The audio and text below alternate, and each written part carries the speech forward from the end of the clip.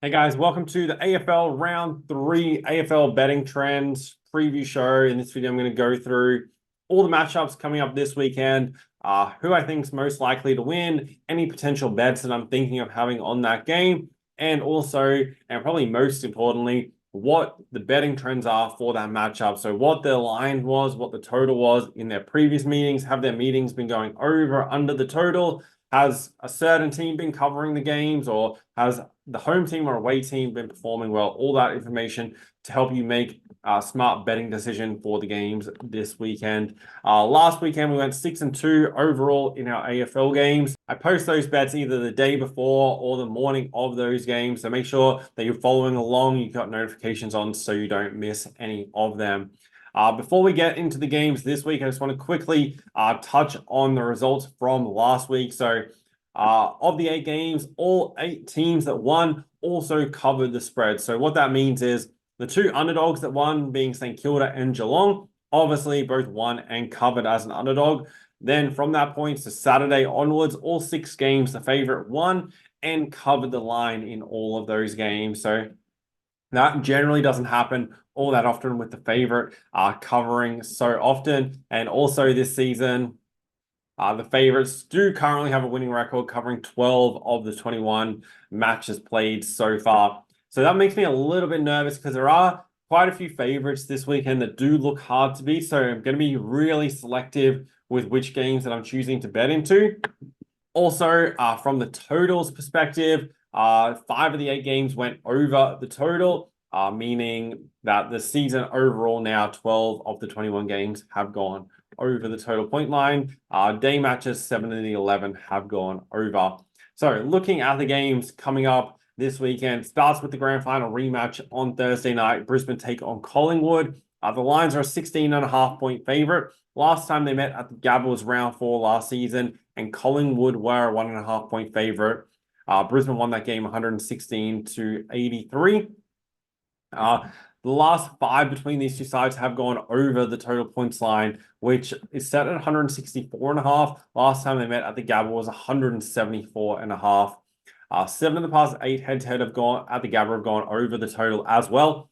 So I have been leaning towards the total for this game, especially with it set at 164.5. The question obviously is going to be the weather. It's raining in Brisbane, and looking out the window right now at the Gold Coast, you can't even see out the window, pretty much in a cloud.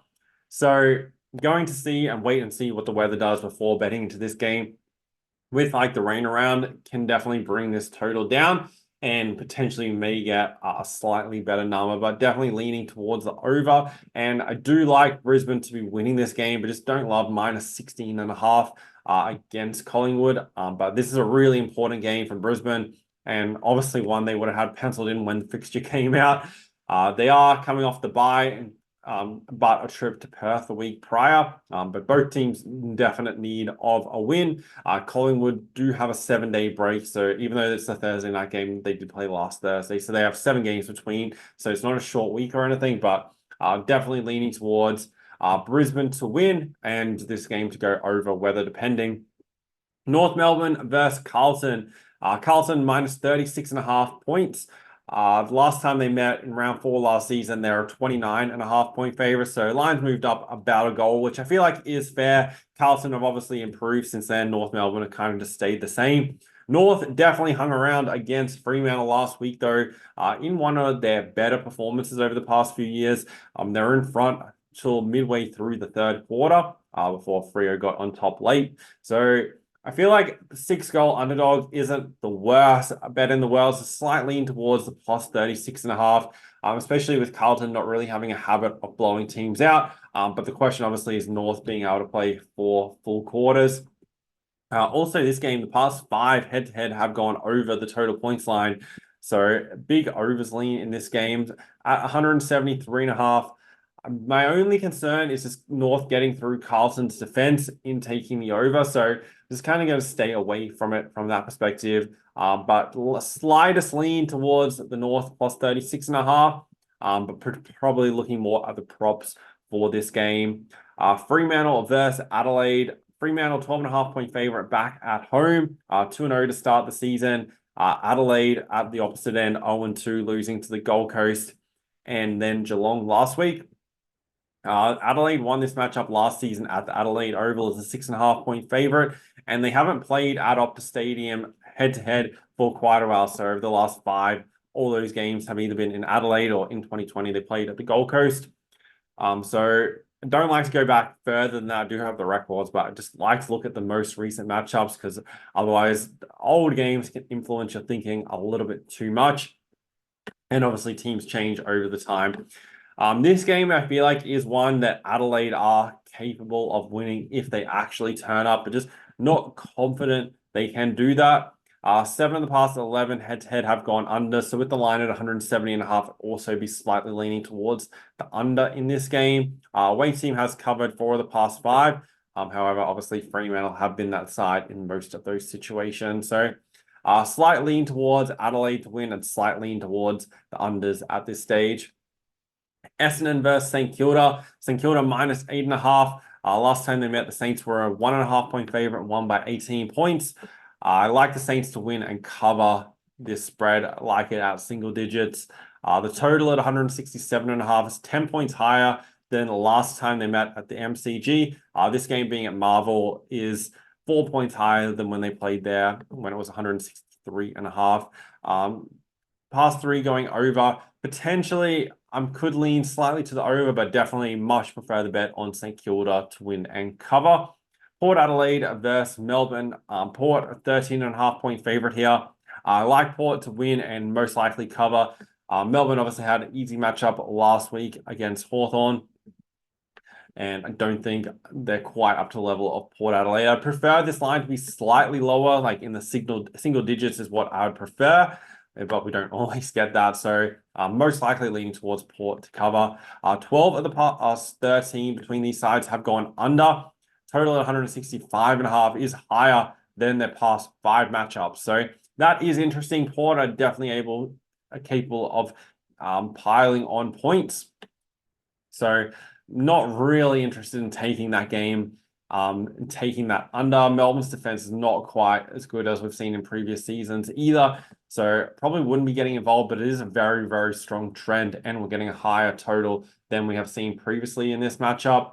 But I like Port to win and cover. Western Bulldogs versus Gold Coast. The line is 47.5 points. Last time they met, round 23 last season, the Bulldogs were a 67.5-point favorite and lost outright, with West Coast winning by 7 points at $17 odds. 6 of the past 8 head-to-head have gone over.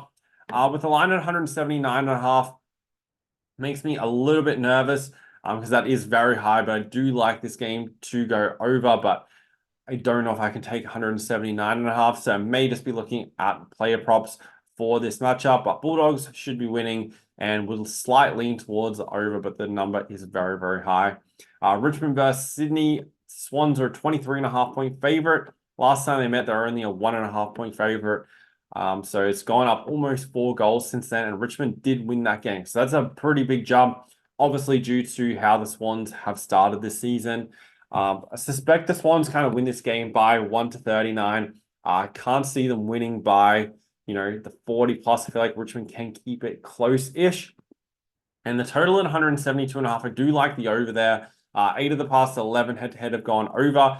Feel like this number is juiced up a little bit, though. I feel like it, should have a 1.6 in front of it, not a 1.7. So see if it comes down just a little bit, but slightly towards the over. And then on Monday, the final game of the round, Hawthorn against Geelong. The line is Geelong minus 21.5. Last time they met, it was minus 33.5. So interesting, it has come down 2 goals since then. This game is really tricky to call. I do lean towards the under 168.5, even though 3 of the past 4 have gone over. Feel like just Hawthorn are going to try and instill a bit more of a defensive game. Last time they played Geelong, they scored 127 points. So obviously can't afford that happening. So they definitely need to focus on a more defensive style, which they kind of tried to implement against Melbourne last week, but obviously resulted in them not scoring either.